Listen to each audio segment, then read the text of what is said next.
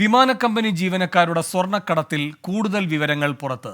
10 വർഷത്തിനിടെ air India senior cabin crew Suhail Thanalot കടത്തിയത് 30 kilo സ്വർണം വിമാനത്താവളത്തിന് പുറത്തെത്തിക്കുന്നത് എയർ ഹോസ്റ്റസുമാർ.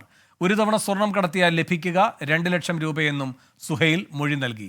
കണ്ണൂരിന് പുറമെ നെടുമ്പാശ്ശേരി, തിരുവനന്തപുരം വിമാനത്താവളങ്ങളിലേക്കും DRI അന്വേഷണം വ്യാപിപ്പിച്ചു. എസ് ശ്രീകാന്ത് കൊച്ചിയിൽ നിന്നും കൂടുതൽ വിവരങ്ങളുമായി ചേരുന്നു. ശ്രീകാന്ത്, ഈ വിമാന ജീവനക്കാരുടെ ഈ കാര്യത്തിലുള്ള പങ്കാളിത്തത്തിന്റെ എന്തൊക്കെ വിവരങ്ങളാണ് പുറത്തു വരുന്നത്?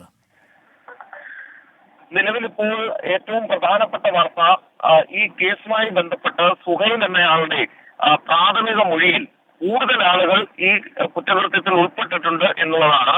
ഈ സുഹൈലിനെ ചോദ്യം ചെയ്തപ്പോൾ അയാൾ ഇതിന്റെ മോഡസ് ഓപ്പറാൻഡി വെളിപ്പെടുത്തിയിട്ടുണ്ട്.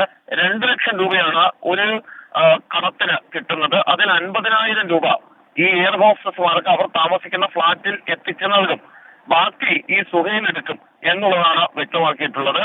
ഇതിനോടകം തന്നെ നിരവധി തവണ സ്വർണം കടത്തിയിട്ടുണ്ട് എന്ന് പറയുന്നു. DRI ഇപ്പോൾ തിരുവനന്തപുരം, നെടുമ്പാശ്ശേരി വിമാനത്താവളങ്ങളിൽ കൂടി പരിശോധന നടത്തുന്നുണ്ട്. അതുവഴി ഇത്തരത്തിൽ സ്വർണം കടത്തിയിട്ടുണ്ട് എന്ന മൊഴിയുടെ അടിസ്ഥാനത്തിലാണ് ഈ നീക്കം നടക്കുന്നത്.